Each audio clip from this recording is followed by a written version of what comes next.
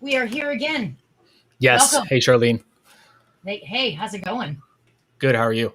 I'm doing good. I'm excited about today. Today I did something a little different than last week. I pulled up multiple tabs ahead of time. I have notes ready to go, and I'll be learning. I'll be in student mode. So no pressure, but I'm going to ask you everything I can possibly come up with. Love that. And for people who watched last week, we figured out the commenting issue as well. So we can actually see your comments this week and answer your questions towards the end of the call as well. Yes, and even throughout the call. So if we see them coming in, and let me just, while we're on that topic, let me actually make sure that I've got things over here. Yes, and I'm making sure I have my other screen muted. Yeah. So I can see the questions. There we go. Ooh, and I got to mute myself. How do I mute this? It's still loading. Okay, I've got it on Facebook. And we are live on YouTube as well. Very cool.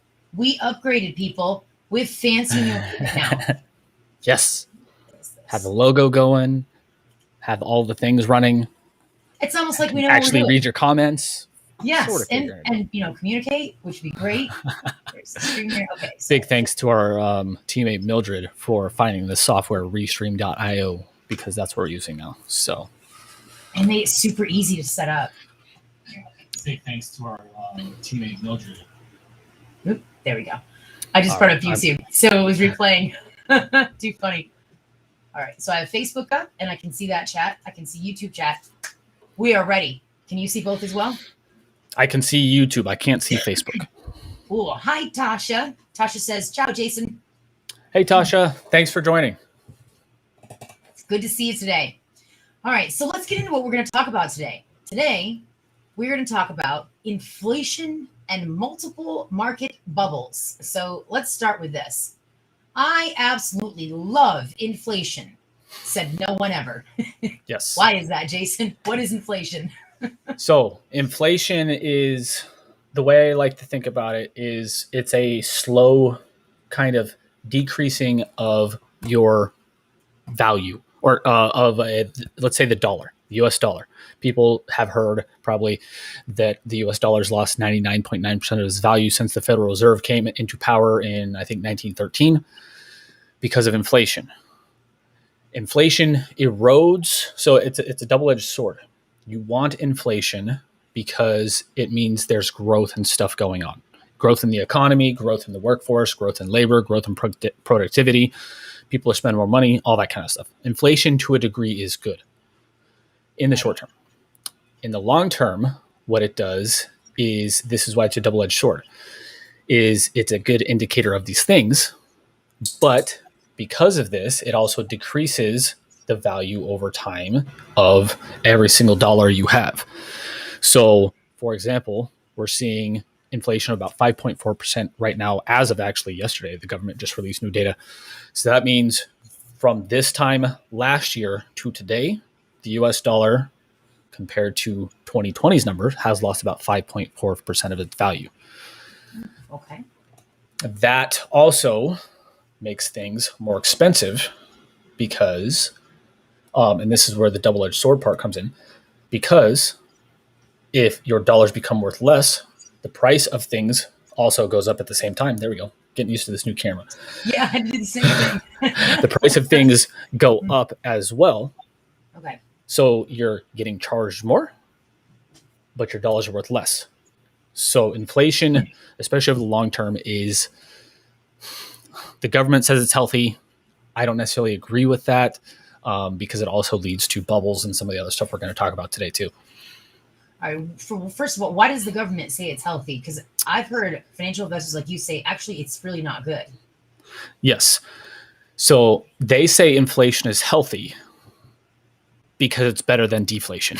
That's pretty much the only reason why. So having a little bit of cancer is better than having a lot? I mean, cancer's still bad. Pretty much. So, okay. Yeah. And no, I mean, you and I are on the same page with that. But deflation to most governments worldwide is worse than inflation because they can somewhat control inflation by raising interest rates, lowering interest rates, making it easier to lend money, all that kind of stuff. They can kind of control inflation to a degree. Well, other than the 1970s, 1980s in the US, but we'll probably talk about it at some point too. Yeah. What they don't want to happen is the deflation that's been going on in Japan for the last 30 or so years. So what is deflation? Inflation means prices of things are going up and the value of your money is going down. Okay. Deflation in most examples is worse because the government says that it means productivity is lowering, output is lowering, people are spending less money, blah, blah, blah, blah, blah. When that happens, prices fall. And when that happens, people lose their jobs because if companies can't raise their prices like they do with inflation and they have to cut their prices, most companies do not make huge profits, as we talked about last week. So if they have to lower their prices, then their profits will go lower as well. So that's why deflation at the company level is bad. Governments don't like it because it leads to the lower value of stuff, lower productivity, and because 70% of the U.S. economy is based on GDP, or 70% of the U.S. economy is based on consumption when it comes to GDP. That means if people are buying and doing less stuff, that the economy comes to a halt. This is what happened last year when everything shut down worldwide because of all the COVID shutdowns, the quarantines, and stuff like that. Deflation started happening because the entire economy came to a halt. So they don't want that to happen, or they don't want that extreme to happen, and that's what they're worried about with deflation. Okay. So as you were going through that, Tasha brings up a good point, because I've heard this too. She said, I was told to buy gold and silver. Just look at Venezuela. I mean, what do you think of that? Yes. So that is a fantastic question and a fantastic point. I'm not a big gold or silver bug, as people who like gold and silver or call themselves. Okay. If you have 5 to 10% of your portfolio in those things, I think that's good. If you're worried about the US or the world turning into a Venezuela type situation, in my opinion, I'd rather have ammo, guns, medicine, non-perishable foods. I'd rather have that kind of stuff, because that's kind of stuff we're literally talking about, like a Walking Dead type situation, apocalyptic type situation. So in that scenario, it doesn't make sense to me, other than like if you have 5, 10, 15% of your portfolio in that. Because again, if we get to that situation, if I have guns and you don't, but you have gold, right? What's going to stop me from taking your gold? I'll just take your gold, right? Yeah, exactly. So with that, we need to touch briefly then on defining money. I got into this whole deep dive study at one point about money itself. What defines it? Why do we even create currency? What it's looked like over the centuries? And so where I came from on that was anytime someone says buy gold and silver, well, first of all, the people saying that are usually selling gold and silver. So that makes sense. And you have to keep that in mind. But they're also saying buy it because I get what they're trying to do. They're trying to say you get that because at least what you get is what you have. Like, it's not going to be affected by inflation or deflation, right? My concern there was in a situation where our U.S. dollar actually crumbles and we are in an end of the world scenario, then who's to say that gold and silver will even be the agreed upon money to begin with? I think it'll be trade, guns, ammo, health things, like you said, first aid kits, things like that. Yeah. So what would be an argument for investing in gold and silver other than to protect from inflation? What do you think? That's a good question. I honestly don't think there is one, in my opinion, which again, most value investors, they have some percentage of their portfolio in gold and silver. When I worked at the investment newsletter 6-7 years ago, the entire portfolio we built out this entire asset allocation model once a year, and we adjusted it based on factors in the market and stuff like that, stocks, bonds. Part of that was gold and silver. They recommended like 5 to 10% of your portfolio should be in gold and silver.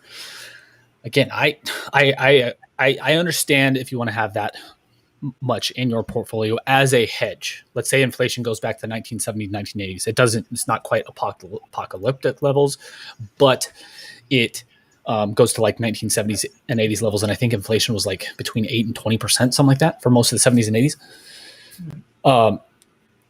It's a good hedge, but it's only a good hedge if you sell it. Okay. So you could be looking at it like an investment, but definitely not something as a protection. In my opinion, no. Because yes, if you have, let's say you have a ton of gold, which literally a ton of gold, 2,000 pounds. It's a lot of gold. It's a lot of gold. But until you actually sell it, you won't have any of the money or the currency, which is US dollars right now, and probably will be for at least the foreseeable future. Because yes, you can exchange it for gold or money for gold and back and forth. But again, if somebody doesn't want to take your gold, this is the problem we're seeing with Bitcoin right now and the other cryptocurrencies. If people don't want to accept your Bitcoin at the store, it doesn't matter if you have $10 million in Bitcoin. Right. You can't spend it. And that, yes, that's slowly changing with Bitcoin. Could it change for gold? I don't think we're ever going to go back to a gold standard ever. I mean, maybe we have like a Bretton Woods type situation back in the I think it was 1944 after World War II. The U.S. and I think it was Soviet Union, China, other countries, major powers had the Bretton Woods agreements, and that's what kind of set up the U.S. as being the world reserve currency standard. Will that change at some point? Yes, that's not going to last forever. The world or the U.S. being the world's reserve currency status. But until that changes, doesn't make much sense in my opinion. Okay. Well, so we're in a situation then where our dollar's not going as far as it used to. And you said the cost is rising. We all do know cost is rising. I think, I don't want to say we all know it, but I think a lot of us are feeling the pain in some areas of our life. Particularly in my area, we're feeling the pain of gas right now. Anytime that goes up, it's a pinch. And I mean, it makes a big difference. Tasha's got a good question though. Somebody in her position, or I don't know if she's in this position, but somebody in this position maybe would want to know this. If they want to protect their assets from inflation or deflation, how do they do that if they're on a pension? What are they supposed to do? That is a fantastic question. Yeah. Tasha, are you talking about yourself personally, or is this for a loved one or somebody you know, or just in general knowledge? I'll let the feed catch up and I'll start talking because there is a bit of a lag on YouTube and Facebook. But in general, if you are in retirement age, I don't recommend people at retirement age, let's say 75 and above, because that's in the US and that's changing all the time, frankly, worldwide. 75 and above, I don't recommend you invest much in the stock market. I don't recommend you invest at all right now in bonds, because bonds are terrible investments right now because of the super low interest rates. And we can talk about that later, probably. Yeah. I would say your best bet would be probably real estate. Really? If what kind? Residential or commercial, or what kind? Yeah, if you have the funds to do it and you have knowledge of how to buy well, how to buy undervalued assets, how to manage them, or how to find a property manager, I would say over the long term, in my opinion, the single best inflation hedge is probably land and real estate, because you can't make more of it. You can make more of Bitcoin, you can make more dollars, you can make more gold or mine more gold. You can't make more land. Well, unless you're overseas, like in when I was over in Dubai a couple years ago, they made man-made islands. Barring something like that. Fly over existing city-states, and that's how we make more land. Is that what you're saying? Just do it. Okay, I'm not seeing nothing from Tasha yet on my end.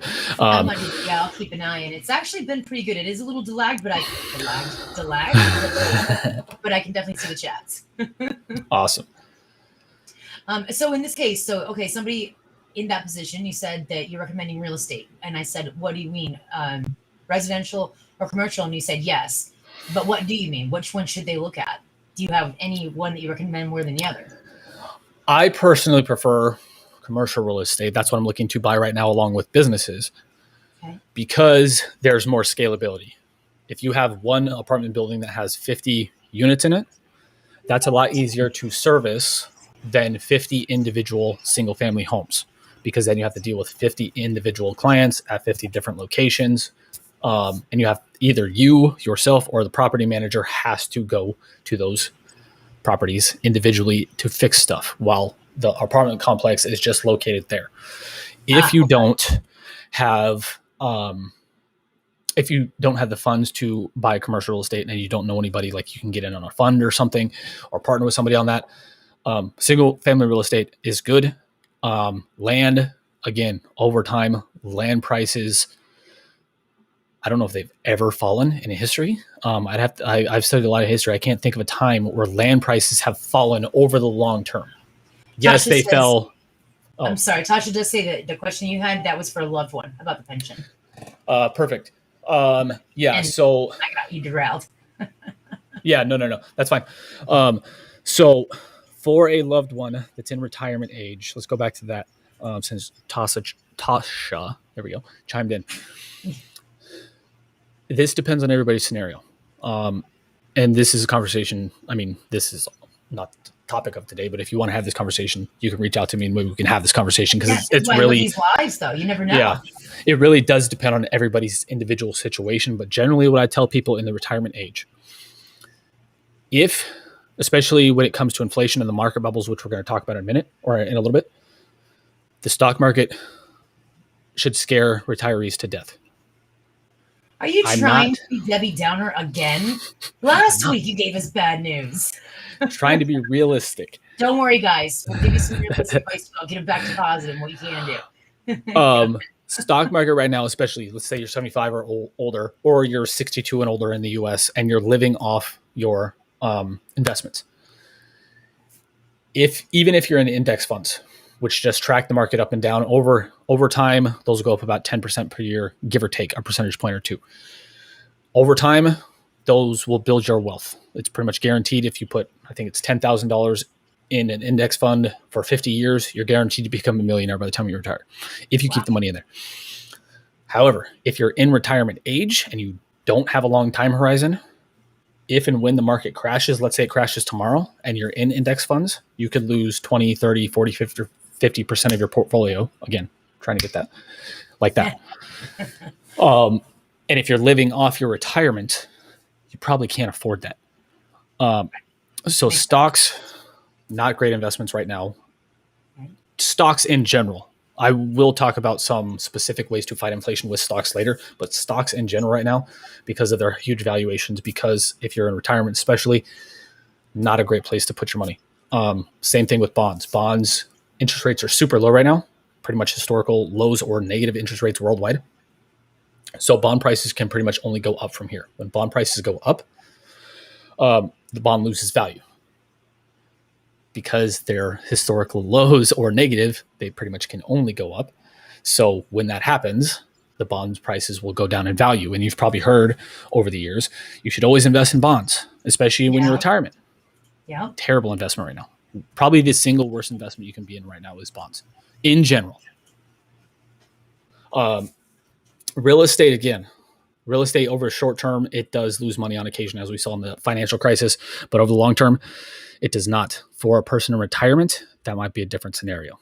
Tasha, honestly, again, that depends on your their personal situation more than anything. But hopefully that answers your question. If it doesn't, let me know again.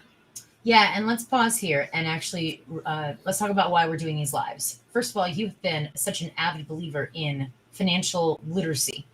Yes. And you've indicated several times that there's just simply not enough of it. And Yes. then, of course, people who actually want to get educated, where do they go? It's really tough. So you take an approach with your masterclass of, in addition to offering this information free because you want this out here, but in your masterclass, you also go deeper into that so that people can be empowered to have this information that's considered, it's like air quotes, insider information. Yeah. But it's really not. It's common sense, approachable, and stuff that I think you think should be taught in school. Is that right?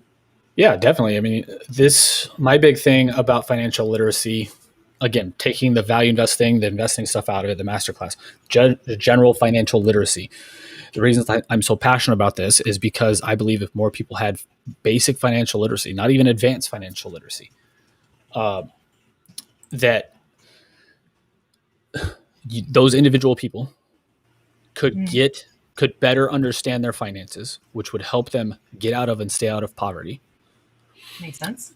And if millions, tens of millions, hundreds of millions, billions of people do that worldwide, that makes our entire world better. Because people understand the basics of Financial literacy, for example, the thing that always comes up for me is Amazon. They don't pay enough in taxes. We went over this a little bit last week. They don't pay a ton in taxes because they reinvest that back into the company. If they don't reinvest that back into the company, then they can't hire as many people. Then they can't dominate pretty much everywhere like they do. And that might be a good thing or bad thing to you, but we all use Amazon. So for most people, it's probably a good thing. Yes, Jeff Bezos might not be able to take a rocket into space. I saw that and people giving him flack. But anyone on earth, has any company affected your life more than Amazon? I would say Google is maybe it. I think you're right. That affects your life on an everyday app. Google, Apple, Amazon. Those three affect all of our lives every single day. And they've made it better, in my opinion. I remember when I was a kid, I couldn't even talk to my dad. He was in the Air Force. When he would go overseas, we would be able to talk to him for like 5 minutes every month. And that was it. If you went over the 5 minutes, they would cut the phone call off because calling internationally was so expensive. Now you can talk anywhere with anybody you want in the world like that, like we're doing right now. So, it has changed. Yeah, no, that has definitely. I'm going to get you that link. Thank you. Yes, so we discovered something cool here, that there's a little private chat that Jason and I can use for this little thing. And since it is such a cool tool, we're hoping that this will help anybody that's watching that's interested in doing their stuff too. We're not even affiliates for this program. So Masterclass link is here. I'm going to drop it both in YouTube and in Facebook. And this is what we have been referring to when we go live together and I get to pick Jason's brain about any financial stuff I want. All of this stuff is in this Masterclass, very, very reasonably priced. It's extensive, but it's not overwhelming. It'll take you step by step through each segment of knowledge, and you can build upon the basics, which I really like about it. So, Jason, you said that you're also going to tell me how to protect my portfolio from inflation. I know we already talked a little bit about real estate purchases, but what else can I do to protect my portfolio from inflation? And also by default, maybe even deflation. Yes. So you can buy, if you have the means to, or you know people who have the means to, businesses. I'm looking to buy businesses right now. Not necessarily for this reason, but it does act as an inflation hedge and a deflation hedge, because if you own your own business, then you can raise prices as needed to fight inflation or deflation or whatever. That's one thing I'm looking at now. What most people will probably consider is something I recommend to, again, pretty much everybody. I said general stocks were not great right now. Blue chip, dividend paying stocks with huge competitive advantages, stuff we use every day. Those kind of companies are great stocks. Altria is a good one. They make cigarettes and smokeless tobacco.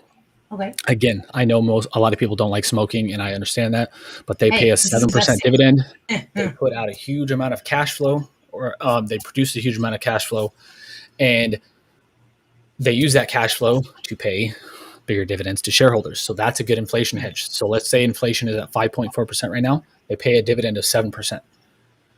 So, and that dividend is very stable because they can continue raising prices, because not only cigarettes and tobacco are addictive, obviously, but also because of their competitive advantages, like economies of scale, their brand name, all that stuff. Another one is General Mills. That's another stock. They pay a good dividend. And I said things that people use every day and will use: tobacco, cigarettes, General Mills, cereal, household products. Just soaps, bleach, just regular stuff, like shower curtains, I guess. Now I'm in the household goods section. Procter and Gamble, they make a lot of those household goods section you're talking about. These kinds of stocks, and again, these aren't recommendations. I haven't evaluated these companies personally in a while, other than Altria. I did evaluate that recently, and I have owned that in this portfolios I managed years ago. But these kinds of companies are fantastic because, again, they can raise prices. We will continue using them no matter what.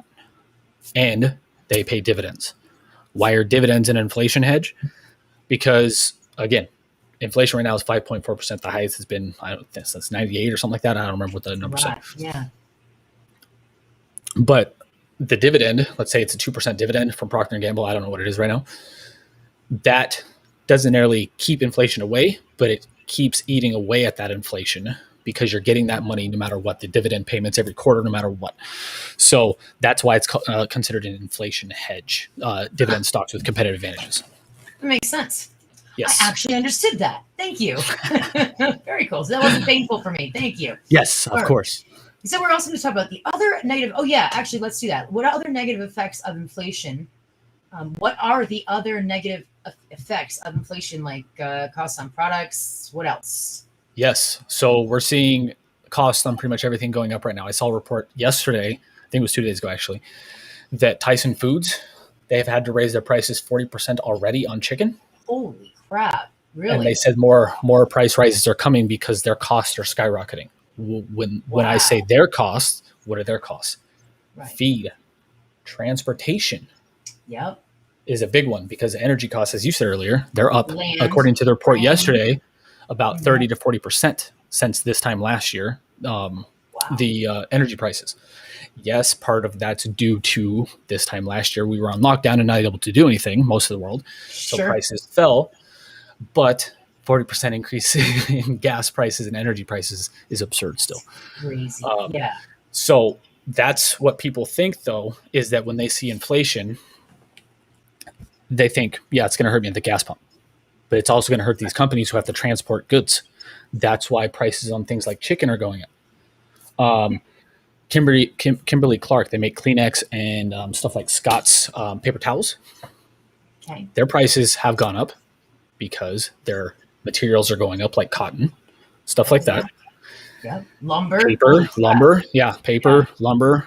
And also for the transportation costs, because they have to transport this stuff all over the place. So they're passing that cost on to you and I, the consumer, which again is another reason inflation is so deadly, because not only does it lower our value of our dollar, it increases cost, and then those costs are passed on to us further, and we're paying for this stuff in dollars that are worth less, with more and more and more as costs keep rising.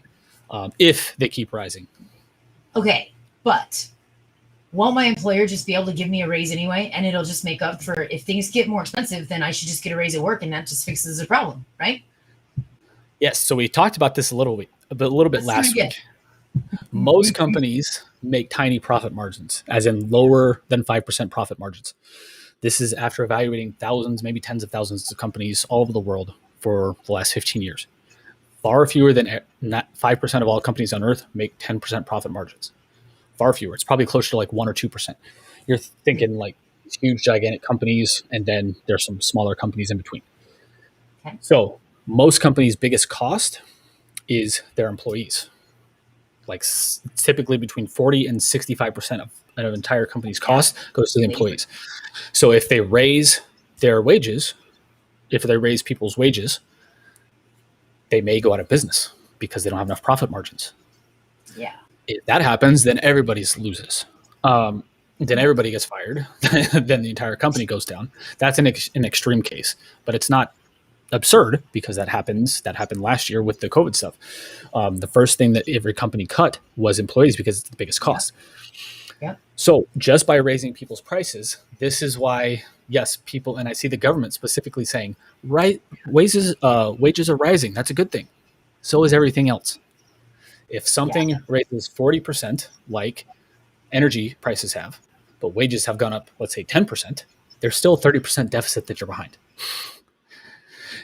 This is the problem with college costs as well. College prices have skyrocketed in the last 10, 15, 20 years. Wages are not keeping up with those. So there's a huge disconnect, and that's why we have the biggest student debt levels on record in the U.S. I'm typing over here, but let's get into this right now anyway. Tasha says a lot of companies, oops, here we go. Tasha says a lot of companies offer part-time benefits because they don't want, part-time because they don't want to pay benefits. So let's get into that. I will start here. As a small business owner, I hear that a lot. from people who are either going to contract with me or people who want jobs elsewhere, etc. That you're just offering part-time because you're just trying to get out of paying benefits, or you just don't want to. Well, I may not want to, but it actually is probably because I can't afford to. My husband is also a person who's employed by a small business, and that person ends up paying $19,000 to $25,000 per year per employee for benefits. And he gets to do that because this is a 3-generation company and they actually can, but the margins, as you had already mentioned, are very thin, very squeaky. Most companies like diners and retail shops and things can't. But why can't they afford it, Jason? What's going on there? How come they're made to pay it if they go full time, but then they also can't afford it? Like, who made that rule? The government. So the government in the U.S., and I'll speak only to the U.S. here. Yeah. So for every quote unquote full-time employee a company has, the company has to pay between 25 and 50% of that salary in taxes to the government. Plus, on top of that, the employee, when they earn that money, they have to pay taxes on top of that as well. Why is that the case? Because for 90 years, most employees have been full-time. They have been salaried. People have wanted benefits. They have wanted all that stuff. That's changing. It's been changing rapidly for the last 5 or 10 years, and it's accelerating with COVID. I think personally, we're going to the model of gig workers, contract workers. Yeah, I see that a lot I think too. that is going to become the norm. And when I say the norm, I mean greater than 50% of jobs worldwide, probably within the next 10 to 20 years. Yep. Why? Because, and there will be some tax law changes and stuff worldwide to offset this because the governments like their money. Say it ain't so. But why are companies doing that? Because they can find, again, with tools like this and Skype and Zoom, you can work with anybody worldwide. Yep. This opened up the labor force to people worldwide. For example, I have teammates that are in the Philippines. Yeah. Charlene's in New York State. I live in Tampa. I've been on student calls where we've had me in Tampa, Florida area, a student in China, a student in the UAE, a student in Italy, all in the same call. I love it. I love it too. And I think it's amazing. But this also opens up and makes working conditions and pay rates competitive worldwide. It's not just your region now. It's not just where you live. It's worldwide competition now. Is that right or wrong? I'm not going to answer that because, frankly, it doesn't matter. That's what's happening. That's what's going to continue happening. So, and nothing's going to stop that either because we can work from home and do a pretty good job working from home during the COVID stuff. In terms of the benefits, so why companies are doing this is because, again, most companies don't have huge profit margins. They just don't. You're talking about 1 to maybe 5% tops of companies all over the world that have sustainable margins of about 10% on a consistent basis. Why? Why is that? Because of competition. Because there's competition, and competition lowers prices generally, which lowers profit margins generally, which means the more competition generally a company and an industry has, the lower margins it has, so the less it can pay its employees. Which gets us to places like McDonald's and Burger King and Wendy's. They have super tiny margins. Fast food companies and restaurants have super tiny margins. Like most are in the 1 to 5% range. So people, and again, we got in this a little bit last week, so I'm going to only paraphrase a little bit of that, is the $15 minimum wage. Right. Is that fair? Is it right or wrong? I'm not going to answer that either because, frankly, it doesn't matter. What's happening now in my area, this is already happening in the U.S. Some of the McDonald's, some of the Wendy's, I don't know about Burger King, I've been there forever, but some of the McDonald's, some of the Wendy's, they have automated things to take your order, so you don't have to talk to the person at the front. McDonald's is developing a robot to flip burgers and make your meals. So again, it doesn't matter whether it's right or wrong. This is what's happening. Business owners will innovate in response to business needs. They have an innate They have innate responsibility to serve their business, period, to keep it alive and serve their business. And across the board, some of these policies that happen with the government, and then we've got the economy being affected, and the US dollar that we're talking about right now, are really difficult for small business owners because everything just converges right on them. And there, I believe, and tell me if you think I'm wrong here, Jason, or what your thoughts are. I believe there is a general assumption that a small business owner is a wealthy person. Actually, for the most part, yeah, you're already like, they're not. And what people don't realize is they may not have even paid themselves in the last 3 years. They're breaking even barely and working 3 times harder than any employee that they hire. And the employee they hire is making more money than they are to begin with. So what do you think of that? Do you think I'm off there? No. And that's another thing that goes directly to inflation is when people think about inflation, they think about these big companies. When people think about general entrepreneurship, they think about these big companies too. They don't think about my businesses or your businesses or our colleagues' businesses. Right. Where people aren't paying themselves, they're working 100-hour weeks. They're missing time with their kids. They're missing time with their family to try to build their dream that hopefully at one point can make them or their family or their loved ones a good amount of money. Yeah. There's that meme out there with the I can't remember what the old guy who does the old meme like you should become an entrepreneur. And I'm only 35 and he's looks like he's like in his 60s or 70s. Yeah. That's what entrepreneurship is. That's what running a business is that. And again, that's from small businesses, from startups to bigger businesses. That's what that is. So there's, it's a lot is what I'll say.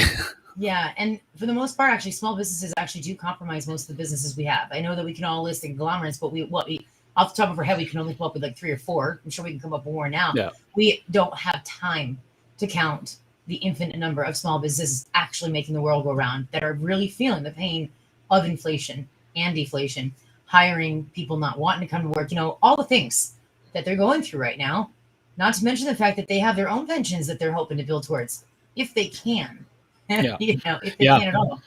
Yeah, inflation eating away at their profits, which they're trying to hire people, but they have so here's a real world example again. Just down the road from where I live, Wendy's had a sign up saying, "We'll hire you and we'll pay you tomorrow. If you start today, we'll pay you tomorrow." I've never seen that before. Heard of. That's how badly places are hurting for people. And I'm not saying this is all businesses, but in the fast food and restaurant industry specifically, again, 1 to 5% profit margins typically. So they need to hire people, but their costs are skyrocketing. So their profit margins are down. So they have less profits to hire people or to raise their wages. And if this doesn't get fixed, I don't know how it's going to get fixed, but if it doesn't get fixed, the cycle is going to continue repeating because there's going to be this continuous job shortage. There's going to be people, the company's costs going down or the company's costs going up, their profits going down. So they can't hire as many people. Right. So again, I don't know how it's going to be fixed, but that's what's happening right now. So we have another question from Tasha, which I love the way she's thinking here. I have a friendly challenge to that, more of a clarifying thing, and then I'll pass it to you, Jason. So what about all that PPP money? A lot of people bought brand new luxury cars here in Las Vegas. So my friendly challenge, or Los Angeles, thank you. Sorry about that. My friendly challenge to that is, a lot of people is too vague for me. I like quantifying numbers. How many business owners can you list that actually went out and wasted the PPP money on buying a luxury car just because they wanted to? Is that a standard business practice? Or is that one person that did it because it was so flashy, that's what comes to mind? Or did somebody say, so-and-so must have done this? How do you know what this business owner did, if you know one, that actually, how do you know they did that? So that's my challenge there, because I feel like it's important as we have these discussions, Jason, that we work with things like this. Tasha's asking a really good question. People hear this stuff all the time, but is it real? What are we talking about? So that's my friendly challenge there. What are your thoughts on her question? What about all the PPP money? That is a great question. I'm going to take a little different tack than that because I agree with most of that. I think from my kind of thinking, I've seen maybe 5 to 10 people who were doing stupid stuff like that, and they were doing real stupid stuff like buying cars, taking vacations, like multi-million-dollar vacations and houses. I've seen maybe 5 to 10 cases of that. Okay. To me, though, this is the problem with the government giving money, is because 3 people. Wait, so are we talking about business owners with PPP money, or are we talking about the stimulus checks? No, the PPP money is the business loan that people could get So when COVID I just want to happened. make sure I had that right. Okay. And when people typically, again, I'm not going to say in general, I'm not going to say most, I'm going to say all. Right. Some people, when they're given anything, could be money, could be a car for graduation, for example, they don't take as good of care of it as somebody who had to, quote unquote, earn it. Mm-hmm. But having said that, I would say that's the far minority of people. I would say that's probably less than 1% of people. And that's people are going to do stupid and bad stuff. Yeah. Anytime, anywhere. I would say probably 95% plus of the companies, just by my kind of anecdotal research, they hired people, they kept people, they invested in their business with those PPP loans. So I would say that's the far minority of people who I just had an argument that came to mind. I suppose those 3 people that Tasha knows and those ones that you know, I suppose they could make the argument of, yeah, I took the money and did that. The government shut my business down. That wasn't my fault. That is that's a legit thing too. I don't know. I don't know what they're thinking, but anyway, go ahead. I just had to present that point of view as well. No, and that's a great point, because again, and you're seeing this more, you're not necessarily seeing it back then, but you're seeing it more now with potential talks of second shutdowns with the Delta variant going around the US. You're seeing more talks of people not wanting to comply because they don't want their businesses to die. To give you some context on this, what that means is just in the US, this isn't worldwide, and this was just last year, 110,000 restaurants in the US closed forever last year because of COVID. 110,000 just in the US. Family owned for probably decades. Yeah. So and again, this is not a health conversation, but if you shut the businesses down, I've been seeing more conversations of people doing stuff like that with PPP loans because they're frustrated and they don't know what to do, and their business is getting shut down, and they're just going to say, take the money and kind of do whatever with it. Is it right, or is that right? No. But again, people are going to do what they're going to do. And if you're going to be handing out money like that, for example, I tried to get a PPP loan. I got denied. Yeah, I did too. And what they said for me is that they couldn't prove my revenue or they couldn't prove the loan would go towards hiring people, which is to hire people and keep people, which was my plan. And I got denied for it. So good people are always going to lose out. Bad people are always going to do what they're going to do. So that's kind of, to me, that's not a great example. Just because like 3 people did it, is it bad for everybody? I would say no. Yeah. All right. That's a great question. Yeah, that was an awesome question. I love this discussion. All right. So how is inflating the stock market bubble and the multiple other bubbles that are out there, Jason? Yes. So while I'm answering this, Charlene, have you checked on Facebook in a while? I've been looking, but I got I have nothing now.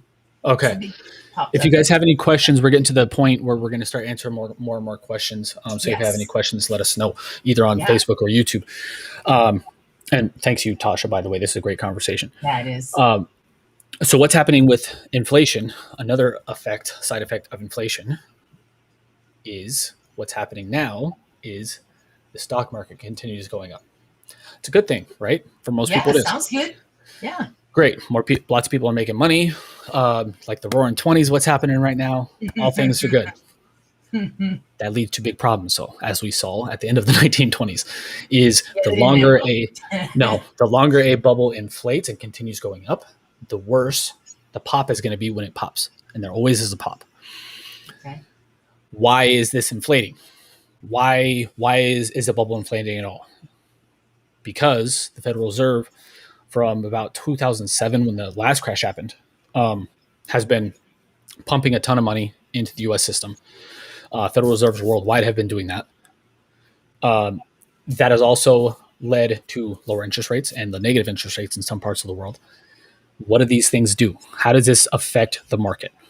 Right. Because at first it doesn't, right?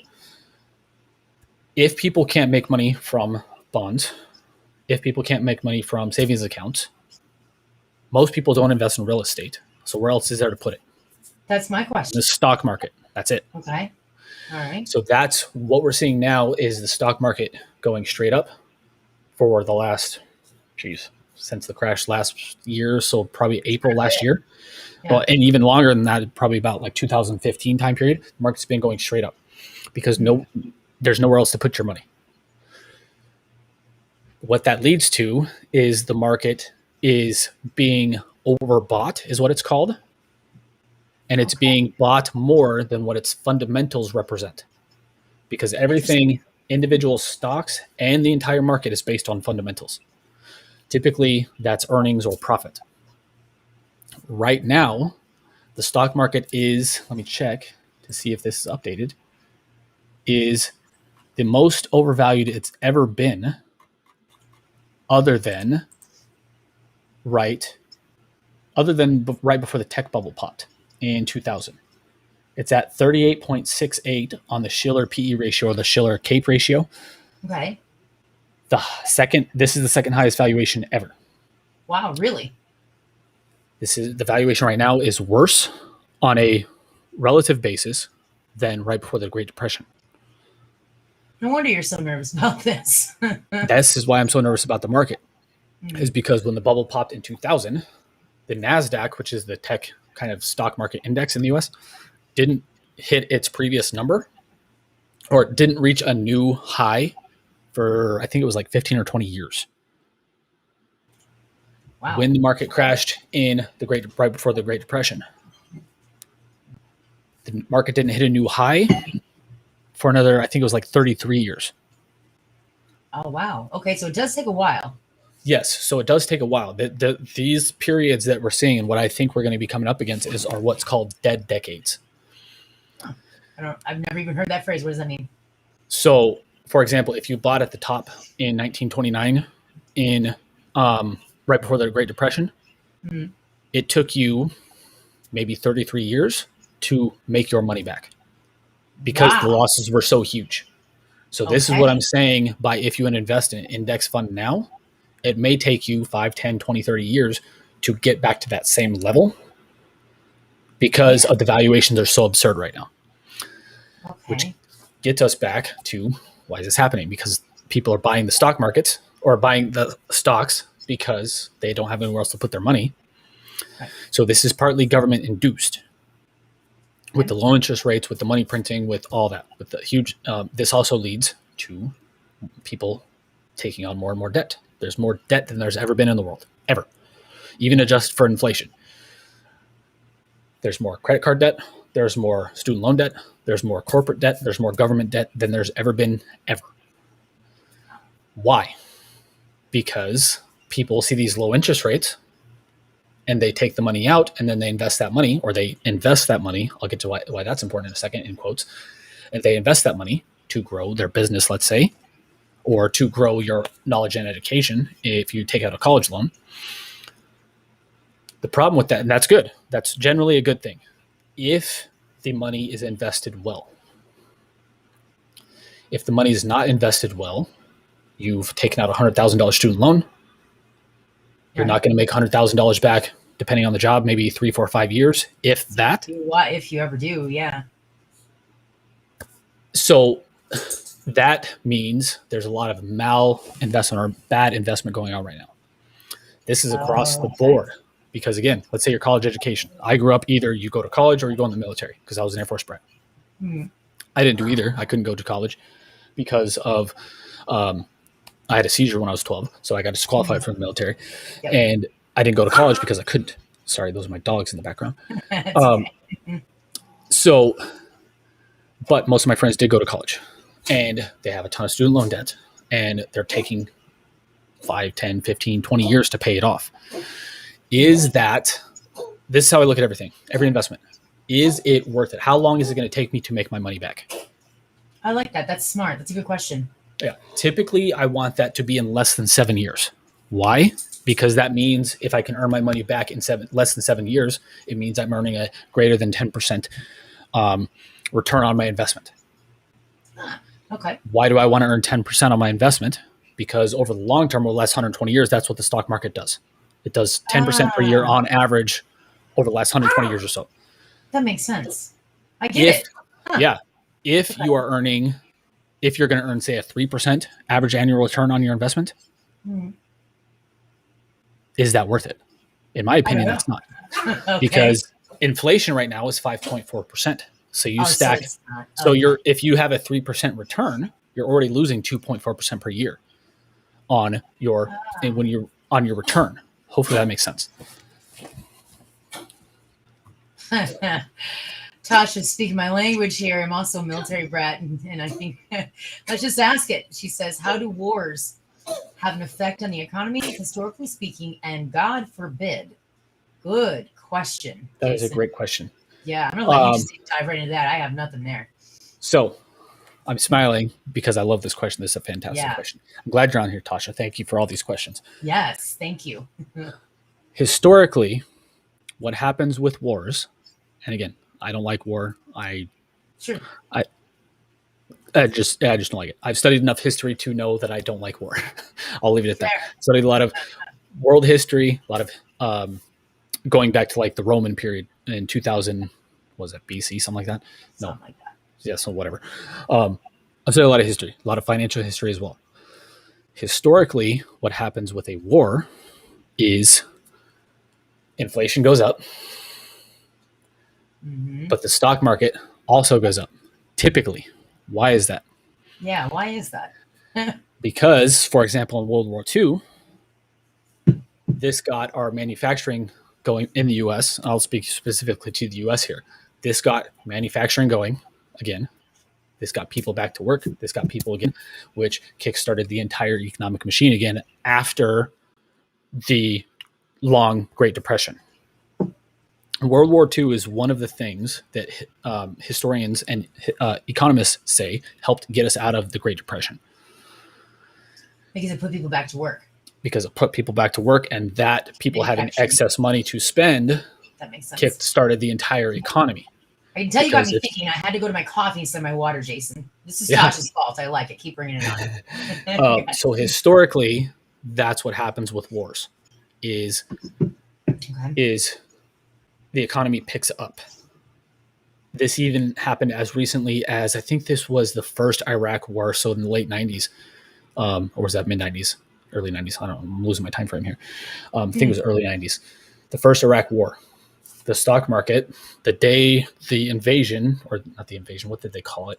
The liberation of Kuwait started, I think the stock market rose. Wow. If memory serves me right, I think the stock market rose. It fell before that because people were worried about the oil prices and stuff like that, but they saw America going to liberate, whatever you want to call it, Kuwait from Saddam Hussein, and stocks rose. Will this continue forward is another question. I don't know. Yeah. I don't know if anyone can predict that, really. They could try, but... Well, and the reason I'm going down this line is because I don't think it will. Because I think war is changing. I don't think we're going to have mass scale, like World War II style wars, hopefully ever again. Because it's more done with information. It's more done kind of behind the scenes. It's more done with technology. Cyber wars eventually be like stuff like robots. So I don't think it will continue down that road. And again, hopefully it doesn't. Well, we've got the billionaire race to space. So I suppose if we want to do war, we can make it huge and do like a whole Earth versus Mars. Which team are you on, Jason? I'm Team Earth. Elon Musk versus Jeff Bezos. Yes, there you go. Yeah, now that would be hard to pick. For now, I'm on Team Earth because there's more people here. There's more resources here. Give us another 30, 40, 50 years, then we'll talk. Yeah, it's a lot easier to run a business on Earth right now, even with the inflation issues. Yeah, exactly. All right. So how could this lead to deflation soon? And I know you already touched on what deflation is, and you had a great explanation. But can we review that again? Because I promised you I'd be a little slow of a learner sometimes, and I'm not sure I followed all of it. Yes. So deflation, a quick recap of deflation is this is when prices and wages typically fall. This is what's been going on in Japan for the last 30 or so years. And it's one of the reasons they're having such an issue with people having babies and stuff. They're having a what do they call it? A population bomb or something like that. They have more senior citizens than they do children. Their population is declining, which will eventually lead to decline of economic output. Sorry, I don't know. Sure, my camera's That's doing all it. right. I got to fly around mine. So, yeah. So they're Real worried robots. exactly. That'll eventually lead to economic contraction in Japan. Okay. That's deflation. Think of that like an economic contraction, a long-term economic contraction. Okay. What was your question again? Sorry. Well, that I wanted you to review. And the question is, how could all of this lead to deflation soon? And that's what I wanted to be. You said soon, and I don't know you to predict a lot of things or quantify stuff like that very easily. So, no, I don't. Pretty much never actually do that. Yeah. So, over the long term, prices, productivity, output, happiness has gone up. What happens in deflation is, that's good. Yeah. Things go down. Why I think deflation could happen relatively soon is because prices right now are rising so rapidly outside of the COVID or after the COVID stuff. Yeah.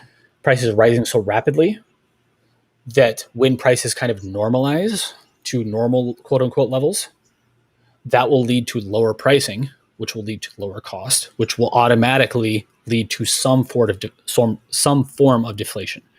Now, is that going to, because prices will be declining and stuff like that? Isn't that a good thing? In my opinion, it is, because things are more normalized out. Okay. There should be these cycles, in my opinion, of ups, downs, to kind of level things. Okay. Or as Thanos said, to bring balance. Yeah. What we've seen for the last 100 plus years worldwide, and specifically in the US with the advent of Federal Reserves, is things have gone consistently pretty much straight up, which leads to ever greater and greater bubbles. Yes, we've had crashes since then, but over the long term, if you look at the stock market chart over the last 120 years, it goes like this, and it goes pretty much straight like this. Yes, there's some little blips, but in general, straight like this. This is, or probably is going to lead at some point, what Ray Dalio calls the, what does he call the great debt bomb or great deflation or something like that, where things kind of reset. Okay. They go back, they fall after this big crash, and then they kind of normalize, and then things will start going up again. So things will in some ways reset. But yeah, that's why I'm thinking we could see deflation relatively soon, and that will freak a lot of people out. Economists and workers and companies, that will freak a lot of people out, because we haven't dealt with deflation somehow.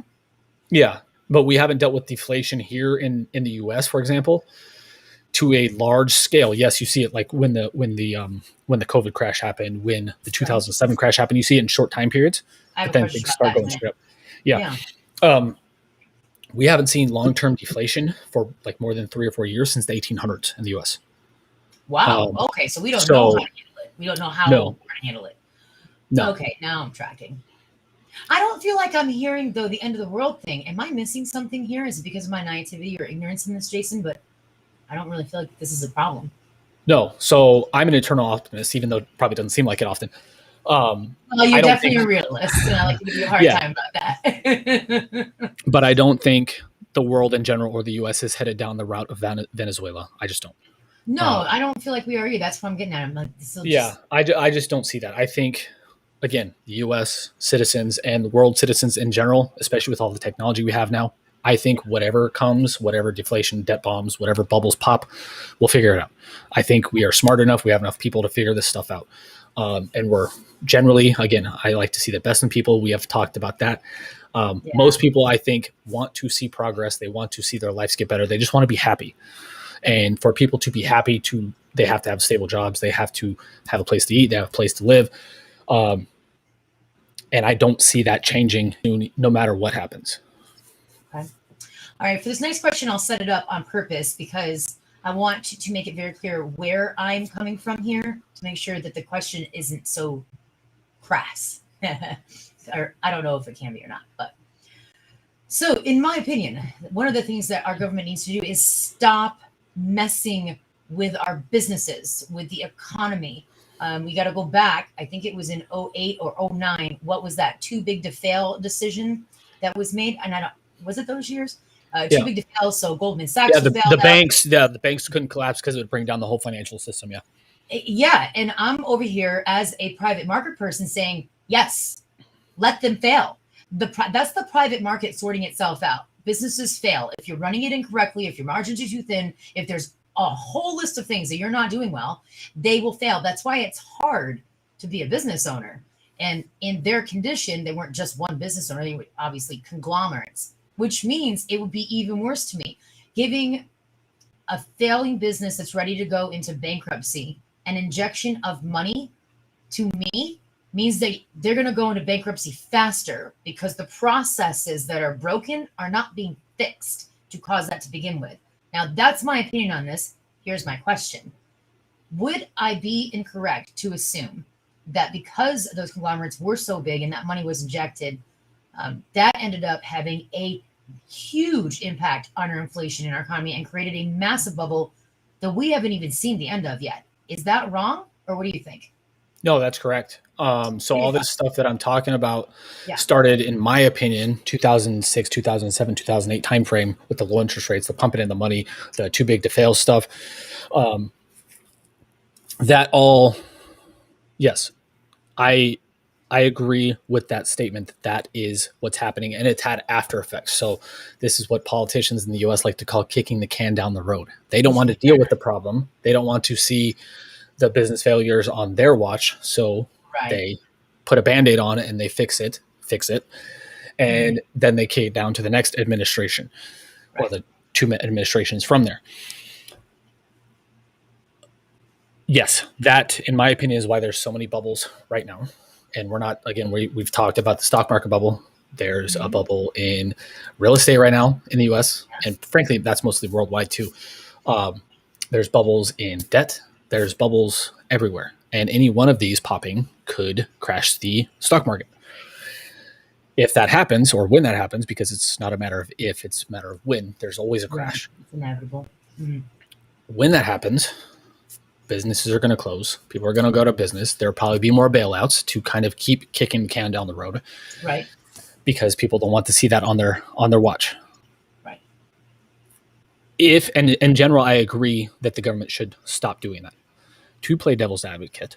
Yeah. If that happens, because I've actually gone down the same thought process myself, and I haven't come to an answer on what is right or wrong or what may be correct or incorrect.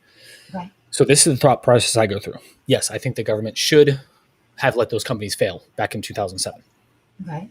Frankly, I don't believe the economy would have crashed. I don't believe so either. I never believed it for a second. Yeah, but let's say it did. Would we have been fine with life if the economy did crash? The market sorts itself out. It's uncomfortable for a while, but it still recovers or rebuilds anew. That's what innovation is. Yes, and I agree. But then again, from a politician's sake, and I'm finding myself in a weird position here defending politicians, which I never did. It's very okay. Let's talk through it, Jason. Then as a politician, then you have to deal with millions, tens of millions of people out of work for a long period of time. Then you have to deal with these banks, for example, not having any money to loan, which slows the economy down. That's one of the reasons people freaked out in last year when COVID crashed, because people were worried the banks were going to freeze. And if the banks freeze, they don't lend money, then people can't grow their businesses, and they can't hire people, then they can't buy assets because that requires loans or short-term debt, money market funds, stuff like that. So from a politician's perspective, somebody who is trying to please people, from somebody who's trying to get reelected, that doesn't make sense. Right. From a quote unquote normal person's perspective, that doesn't make sense either, because if the big businesses crash, my business is doing fine. Why should I have to fund them from crashing when they're being idiots?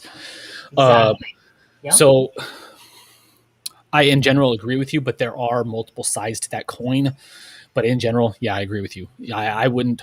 That's another form of malinvestment that we were talking about earlier. Poor capital allocation is giving billions, tens of billions, hundreds of billions to these companies that were failing to get them to fix the problem. because again, that's just a Band-Aid, because we're going to get into the same issues or similar issues at some point. There's a saying, and I don't know if it's history or financial history, but history doesn't repeat itself, but it often rhymes. So we may not see the same exact problem, but we're going to see some similar issues. And we're seeing that the after effects of 2006, 2007, 2008, we're seeing those today with all the bubbles, because again, they're doing the same stuff that they tried when the market crashed then, pumping money in the economy, giving stimulus payments, blah, blah, blah, blah, blah. That's all working for now, but it's also adding more debt, building the bubbles up higher, all that stuff. And I suppose we can make an argument, is it working for now? I don't know. And I don't feel like this is the type of discussion that we need to get into too much policy, because I don't want to pin you in that position. I will clarify one thing. When I said administration and I said too big to fail, I am referring specifically to any time the government gets involved in personal economy. Yeah, we're going to get there. Anytime the government gets involved in the private market, I feel like they should be completely separate. So I'm not even picking on any one politician or one political side. It's just stay out of the private market. The private market does what it does. Yeah.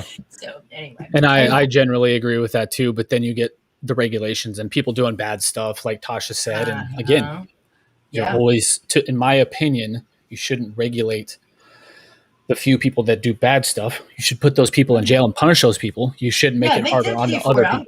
I'm doing a good job, and now you're regulating my business even more, right, Jason? Yeah. Fair. All right. So Tasha asks, are there any correlations between our modern day empire and the ancient Roman Empire decline? I bet you have never been asked that before. I have not, but I have thought about that. Interesting. Again, financial history, world history. I've studied an enormous amount of both. I do see parallels. Tasha. I don't know how soon we are to the decline. Maybe we're already declining. I don't know. I don't think so, but it's always hard to tell kind of when you're in the middle of it. When you look at historical records, you're like, oh, this guy was an idiot. Why is he making these stupid decisions? And why didn't he see the decline coming? But that's hindsight bias. When you're in it, it's hard to see. But yes, I do see, having studied both financial history and world history, I do see parallels. Specifically what? I see the politicians doing whatever they want to get elected, or doing whatever is most expedient and best for them to get elected. That's similar. I see, and yes, I know Rome after Julius Caesar was not a republic anymore. I know that, but they still had some kind of form of quasi-government, even though there was an emperor. For those other finance nerds out there, I know that. Show off. I like it. Keep coming, Jason. Show what you know. The bigger thing is spending. The bigger thing, again, from a finance nerd perspective, the bigger thing is for me is the malinvestment. So when the Roman Empire started to decline, they started putting a ton of money into I can't remember what they called them, but it was essentially like public works. But the public works, that sounds great, right? Dams, roads, all that stuff. Back then, it was those kinds of things, but they weren't great investments in terms of what they returned. So they were spending money on investments to build out the infrastructure and stuff like that. And yes, we need to rebuild our infrastructure. We need to do that. But what I'm getting to here specifically is we need to concentrate on investing the money well, where it's going to be spent, where it's going to earn a high rate of return. Because if we don't, we're essentially losing money. Because again, let's say the government went crazy and they put the $3.5 trillion that they're planning on putting into the infrastructure plan. Let's say they put that into the stock market. So the benchmark is 10% over 120 years. I can 100% guarantee that would earn more in the stock market if they put that $3.5 trillion in the stock market than it would with their investments. Why? Because they're politicians. They're not good capital allocators. Most people are not good capital allocators. Warren Buffett, who's had a 60+ year career, said in his opinion, he's seen probably 5 to 10 good capital allocators his entire career. It's a very hard skill.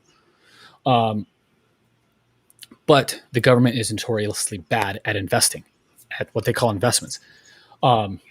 Yes, you see some stuff from the space program and stuff back in the 60s and cell phone technology and the internet and started off at DARPA. Yes. But that's the rare exception when it comes to government spending. So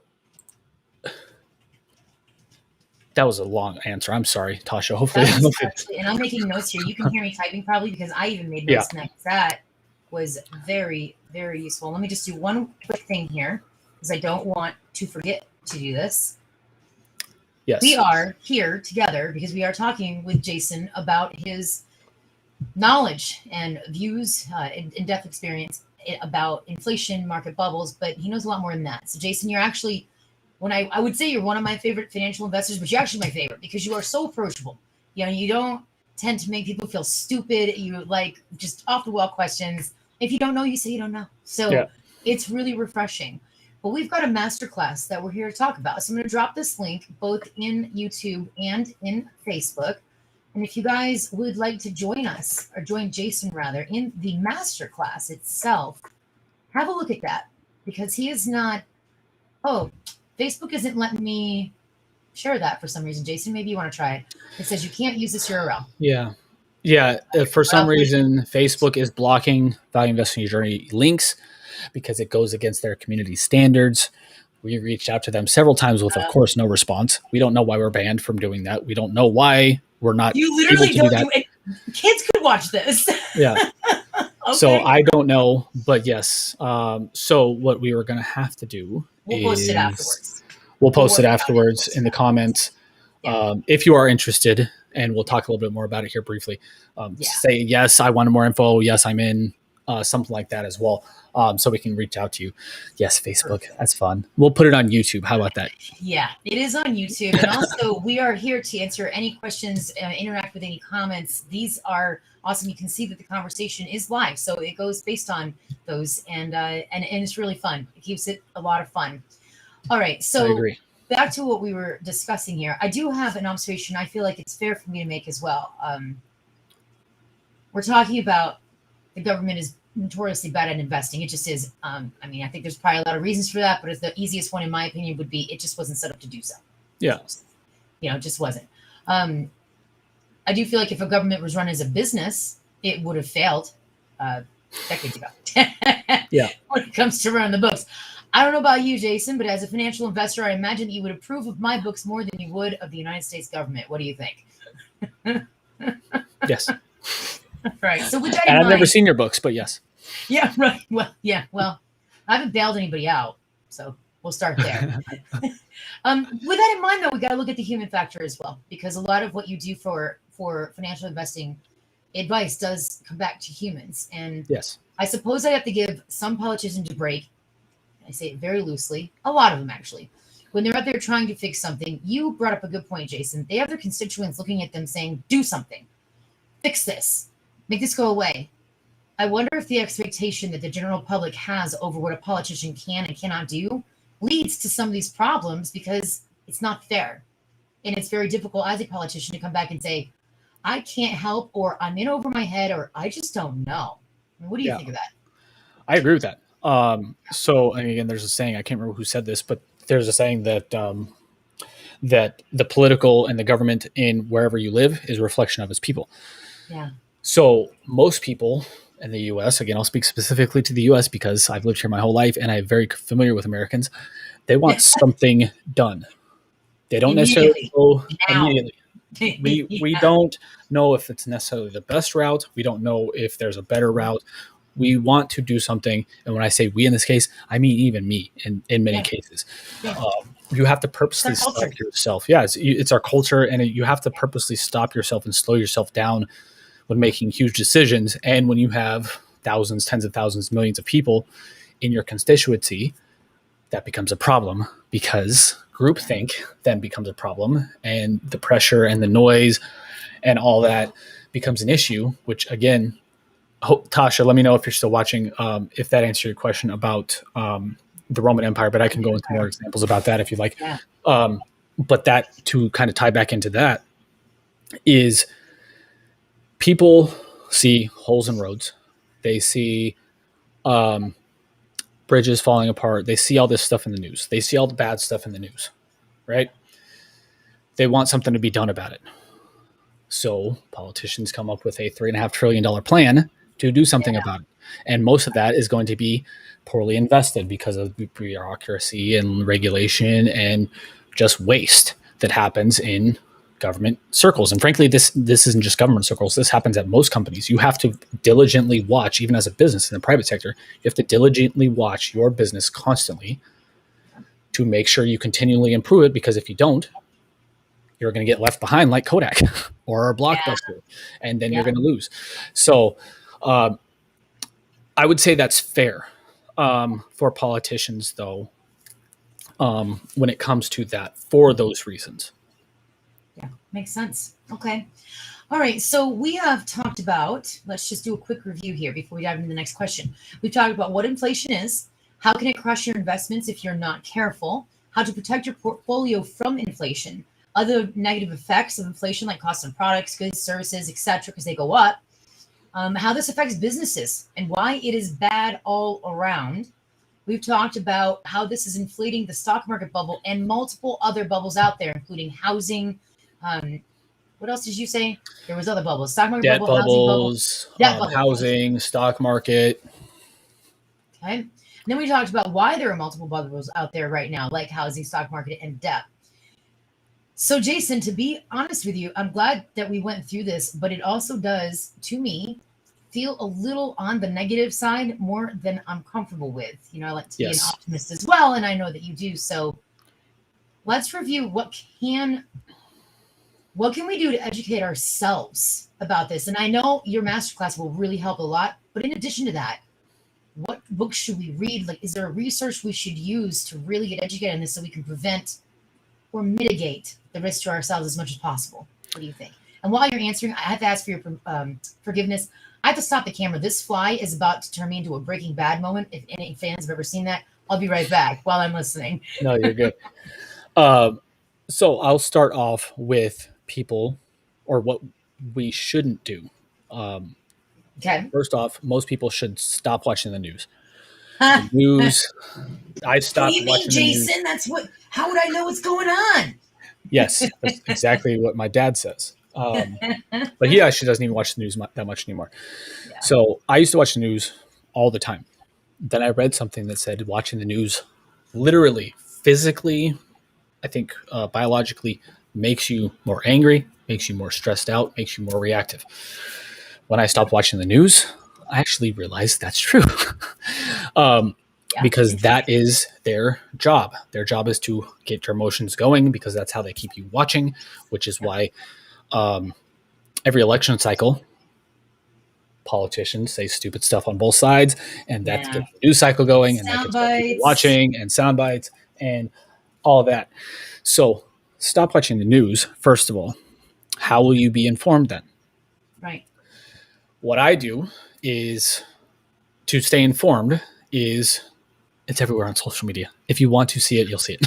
Wait, are you saying that people should stop the news and pay attention to social media? Are you sure you want to give that as a recommendation? Not saying that. You should be careful about. No, but if you want to see it, you can still see it on there, but you won't get the full, like, kind of yelling at you effect of watching it for 2 hours straight. Fair. Read and watch financial news. Like what? Why financial news? I like MarketWatch.com. Financial Times. Financial Times. Well, slow your roll there, buddy. I'm new at this. So Market Watch, and then what? Financial Times is another good one. Financial Times. Okay. Market Watch is a U.S.-based company. Financial Times, I think, is a European-based company. The reason I like seeing them is because if you're in America, you've noticed that things have become a lot more politicized pretty much everywhere. That drives me insane. So, because I try to purposely avoid it. So that's another reason I go to Financial Times, is to kind of avoid that stuff, because they just kind of report it, I guess, how they used to report things in the US back in the day, like in the 50s, 60s, where it's just they report it and you kind of decide whatever. So those are two sources that I look at on a relatively good basis, or a relatively decent basis. Another thing that people should do, here's what people should do. So avoid the noise, avoid the news, not the noise, avoid noise too. And look at things like MarketWatch.com, Financial Times, because you'll get a little bit of politics in there, but you'll also get the financial information. Here's some other stuff people should do. Follow people you want to learn from, or that entertain you. I like that. Okay. people, again, these are some of the people I follow, for example, that I'm listening to right now is Alex Hormozy. He talks about building businesses through marketing and growing his business. Tony Robbins is somebody I've learned from over the years. Who else?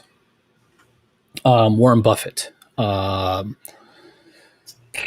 There are so many others that I listen to. Joe Rogan, I used to listen to him quite a bit, but I don't as much anymore, just frankly, because I don't listen to podcasts. I watch videos more now. Yeah. But listen to people who not necessarily you agree with, but somebody who seems like they're making sense to you and they're being truthful. I like it. Because, and again, this goes for both sides. If you just listen to one side or the other side, you're only going to get that one side. Then you're going to be angry, and then you're going to be frustrated. If you listen to both sides and you listen to people you feel you can trust, then you will have both sides and you can come to your own decision. That's what things I do to people I learn from. When it comes to learning specific things to protect yourself from the politicians and inflation, market bubbles, all this stuff we've been talking about. I'm going to say this probably a lot on these Facebook Lives, and I said this last week. We talked a lot about learning valuable skills. I like that. Yeah. Spend at least 1 or 2 hours a day learning a valuable skill. What is a valuable skill if you missed last week? In my opinion, speaking, writing, marketing, sales. If you learn from these 4 skills, again, getting used to the reverse camera here, you can make more money, which will help you protect yourself and your family, and you can pretty much work even when the robots and automations come, which we talked about in last week's live. That if you do those things and you get even somewhat decently good at any or all of those skills, you can make more money, and you pretty much can always have a job. If you want it, or you can start your own businesses, that kind of stuff as well. So that's a lot of what I do is I avoid the news. I learn from sources that I can trust, and I learn valuable skills. That's what I do outside of spending time with my family. Well, that last point about the learn a valuable skill set must have been a really good point, because I don't know if the mic picked it up, because it's a really good mic for canceling. But there was one heck of a thunder and lightning boom when you said that. It was like, bam, accented. I agree with Jason. It was like perfect. I did not hear that. You couldn't even make it up. All right, so Tasha says that she's on the news. She listened to Gerald Clemente. I don't know who that is. I've never heard of that person either, Tasha. So I honestly can't answer that. I've never heard of that person, so I'm not sure. But yeah, anything that's trying to fearmonger you, again, we get into stuff here where that's negative. We get into stuff here, but I don't go hyperbolic and say, you need to do this now, blah, blah, blah, blah. First of all, I don't believe in telling people what they should and shouldn't do. Tell me what Second to do, of all, Jason. because I'm the type of person, if you tell me not to do something, I'm immediately going to want to do it. I'm that person. So I don't believe in that. It's just also not my personality either. I'm pretty even keeled. I'm an eternal optimist. So even though, again, I see bad things coming in terms of the market popping and valuation and inflation, we're going to figure it out. I don't think the world's going to end. I don't think anybody should essentially be freaking out about anything. I think you should prepare and protect yourself, which is what we talk about in the Masterclass. That's one of the reasons we launched this right now before another market crash happens, is so people can become prepared by learning. Here's another valuable skill: value investing in finance. So 5, value investing in finance. Let's not underestimate what you do. Exactly. And one of the things we put in our marketing is we want to help prepare you for the coming market crash. Because when the market crashed, for example, in last year in March, I have my processes down. I know exactly what the kind of companies I'm looking for. And I was able to manually research 3,943 stocks in 40 days in 73 different countries. Wow. Yeah. Because I have those processes so down pat. And if I was able to buy, the portfolios I managed would have been up 99.7% last year. I wasn't able to buy because stocks were so fast, but I'm still prepared for the next time when the market crashes again to buy undervalued assets that will make me and my family and the portfolios I manage a lot of money. And because I've already put in the work ahead of time, I won't have to freak out. I won't have to stress out, all that stuff. So that's a big point of the masterclass as well. Very, very cool. All right. So I'll got to tell you this. I am out of questions here, but what I did do on this, because you really did help me a lot as well. I get to be a student in this, yes, but I also hope it helps people who are listening to these questions so Yes. that they can also come and learn. So I've made notes, and when we post these and we're out for the live, I would like to include your notes there, the Market Watch, Financial Times, Alex, all the names you dropped. And I think the least we can do for Tasha, who has asked such amazing questions today, is Jason, would you be willing to look up that person to see if you approve of them or not, and then let her know? Like maybe he can reach out to you, Tasha, and just PM you directly on YouTube and just let you know. So yeah, and Tasha, how about this, Charlene? I wasn't expecting to do this. I didn't know you didn't. Yeah. I didn't tell you about this. Tasha, I've evaluated a couple stocks for you on YouTube because you've asked such great questions here today. If you want to do some free trainings with me, reach out to me at my email address, and we'll put that in there, and we'll set up some free trainings, multiple free trainings if you want them, and I'll take you through that as well. So thanks for asking these great questions. Way to care for people, Jason. You know I approve of that. Just care for Always. People. Let's love on them. I love it. All right. So is there anything that I didn't think to ask you today, because I just didn't think to ask you, that you actually do want to cover before we wrap? Anything that we missed? I don't think so. I do want to say to people, though, that, yeah, a lot of the stuff we talked about, inflation, market bubbles, all that is negative. But again, I don't want people to freak out. I don't want to, and this is a question I got from a person who wants to invest with me probably 4 months ago. They said, should I sell everything in my stocks? No. Good question. It's fair. Unless you are literally on the cusp of retiring or in retirement. Frankly, even then, that makes me uncomfortable to say that. Because especially with technology going the way it's going, we're going to all live longer than we probably expect. For people like in me and you's generation, Charlene, we're talking about like living to 120 supposedly. Oh my! I don't know if I want to live that long, Jason. If they can fix stuff like dementia and Alzheimer's, I'm yeah, we'll see. But I don't want anybody to freak out. I don't want anybody to sell everything they own and live in a bunker in the middle of nowhere. I don't want any of that. Prepare and learn valuable skills and prepare. Look at your stocks and your investments. Make sure you're comfortable with them for the long term. This is something that helps me. I only own something if I'm willing to own it for a long term. When I say that, 5 to 10 years. I never buy anything, any investment, anything, unless I'm willing to own it for 5 to 10 years. That automatically puts me in the mindset of I need to own this long term, so I need to be very sure that this is going to be a good investment. So I'd analyze your stocks, your investments. If you know how to, make sure you're comfortable with that kind of stuff. And I also tell people to try to generate as much cash as they possibly can. What does that mean? Maybe selling stuff on eBay and Amazon out of your house. I used to do that. I used to go to places like Goodwill and Salvation Army, buy clothes from there for like $4 or $5, sell them on eBay for $20, $25. If you have a skill, if you have a skill of any kind, like the ones we talked about, or other skills that are out there, make as much money as you can. That's another thing I tell people as well. Don't freak out. Make as much money as you can. Lower your expenses if you can as well. And I look at my business expenses every quarter now. I'm worried about my expenses. Yeah, because things creep up and you buy these pieces of software and then you don't end up using them, and then you're just kind of wasting money. If you can lower your expenses, and pretty much everybody on earth can lower their expenses 10, 20%, do that as well. If you do these things, you're going to be more prepared and you're going to be more protected from any kind of market crash. Again, along with learning valuable skills like the ones we talked about and investing in finance. So I really like that, Jason. That feels better. It really does feel better because these are practical steps that I can take and that other people can take to just one step at a time. It's going to be all right. And again, we're going to be fine. Barring some kind of Walking Dead virus or a nuclear bomb or an asteroid spinning and hitting the Earth, we're going to be fine. So, I mean, it's 2021. We can come up with all kinds of things that could go wrong, but let's not bet on which one's going to come first. We already have a global pandemic, Jason. One thing at a time.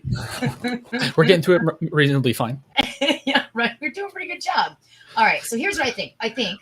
I'm going to drop this link in. Or actually, I don't think I need to now because I think the link is still in YouTube, so we're good to go there. Facebook won't allow me to do it right now, but we will definitely put the masterclass link there after we're done. And Jason, I think next week when we do this live, we should talk about something fun. I'm really curious about those NFTs, those little art thingies. I really am curious about that. I also own some Bitcoin. I don't remember the last time I even looked into it. I don't even know how much I have now in US dollars. And I'd like to talk about meme stocks. What do you think? That does sound fun. Sounds interesting. Sounds entertaining, and I love it. All right. Very cool. Thank you so much for being generous with your time and your knowledge, Jason. And I can't wait to talk to you again next week. Bye, everyone. Thanks for joining us. Thank you, guys. Thanks, Charlene and Tasha. I'm putting a note to you in YouTube right now to give you my email address if you want to reach out to me about those. Take him up on it, Tasha. You won't regret it. He's super knowledgeable, very nice guy. All right. See you, Jason.